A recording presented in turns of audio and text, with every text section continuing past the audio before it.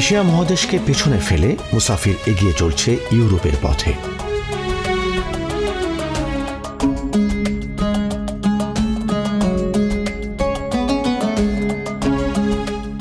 মাঝখানে পড়বে ইতিহাস বিখ্যাত বসফরাস। প্রাকৃতিক সৌকর্যের অনন্য সম্রাট এই বসফরাস নীল জলের স্নিগ্ধ মায়ায় মিলিয়ে দিয়েছে দুটো মহাদেশকে। শুধু তাই নয়, আপন ভালোবাসায় দুহাত বাড়িয়ে ধরে রেখেছে মারমারা আর কৃষ্ণ সাগরের দুই বিশাল জলরাশিকে।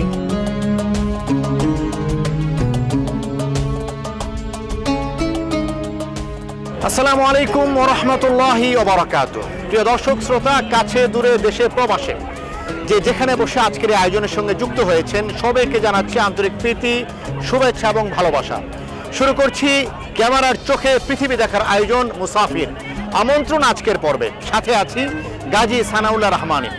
দর্শক, যে জায়গাতে আমি দাঁড়িয়ে আছি নিঃসন্দেহে জায়গাটি আপনাদের পরিচিত, ভালো লাগার এবং ভালোবাসার।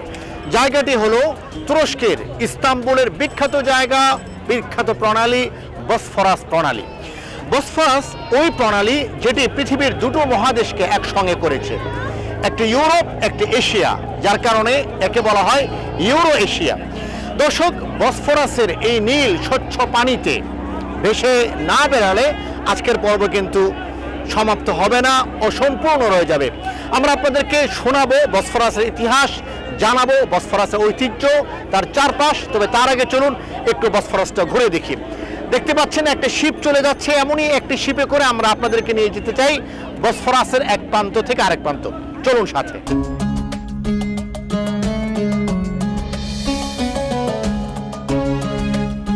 এই বসফরাসের স্বর্ণালী উজ্জ্বল আলোতেই জন্ম নিয়েছে ইসলামের স্বর্ণোজ্জ্বল বিজয়গাথা।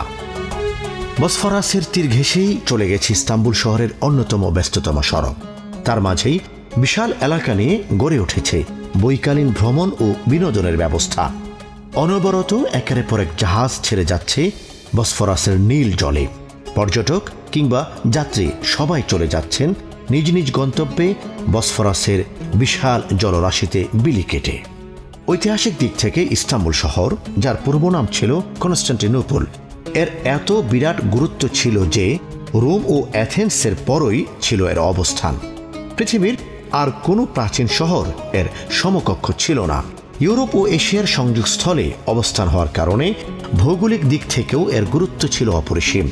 কথিত আছে, ফ্রান্সের বহু যুদ্ধজয়ী সেনাপতি সম্রাট নেপোলিয়ন বোনাপার্ট বলেছেন, সারা পৃথিবী যদি একটি মাত্র সাম্রাজ্য হয় তাহলে তার রাজধানী হিসেবে ইস্তাম্বুলই হবে সবচেয়ে উপযুক্ত শহর।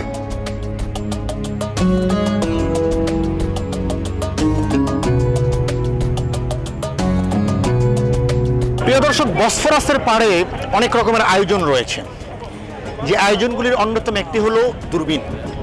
এখানে আপনি এই দূরবীনে দেখতে পারবেন এ প্রান্ত থেকে ও প্রান্ত অনেক দূরের বিষয়টিকে আপনি কাছে নিয়ে আসতে পারবেন দূরবীনের মাধ্যমে। এটা ছাড়াও বসফরাসের এই নীল ও স্বচ্ছ পানির সামনে বসে থাকা, এটাই বা মন্দ কিসে। ইতিহাস এবং ঐতিহ্যের বসফরাস। আরও কিছু দেখাতে চাই, সাথেই থাকুন। রাজনৈতিক ও ধর্মীয় বিরাট গুরুত্বের কারণে স্বয়ং নবী করিম সাল্লাল্লাহু আলাইহি ওয়াসাল্লাম এই শহর অধিকার করার জন্য উম্মাহকে উৎসাহ প্রদান করে গেছেন। এমনকি মুসলমানদের হাতে এই শহর বিজিত হবে বলেও তিনি ভবিষ্যৎবাণী করেছেন।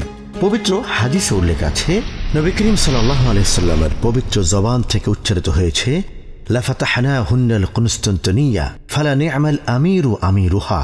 এমন পবিত্র শব্দ যার মাধ্যমে বোঝা যায় নবীজি বলেছেন, অবশ্যই তোমরা কনস্তান্তিনিয়া জয় করবে। কতই না উত্তম সেই আমির আর কতই না উত্তম সেই বাহিনী যারা কনস্তান্তিনিয়া বিজয় করবে। হাদিসটি মুসনাদ আহমদে বর্ণিত হয়েছে। পরবর্তী যুগের প্রত্যেক মুসলিম শাসকেরই অন্তরে ছিল এই মহান সুসংবাদের গৌরব অর্জন করার তীব্র আকাঙ্ক্ষা। হযরতে ওমর ইবনে আব্দুল আজিজ রাহিমাহুল্লাহ তাআলা তার সংক্ষিপ্ত খেলাফতকালে এই শহরকে বিজয় করার চেষ্টা করেছিলেন। এমনকি উমাইয়া খলিফাদের মধ্যে হিশাম বিন আব্দুল মালিক এবং পরে আব্বাসীয় খলিফাদের মধ্যে আল মাহাদি ও হারুন রশিদ, তারা সকলেই চেষ্টা করেছিলেন এই শহরটিকে বিজয় করে নবী করিম সাল্লাল্লাহু আলাইহি ওয়াসাল্লামের মুখনিসৃত সেই গৌরবের অংশীদার হতে।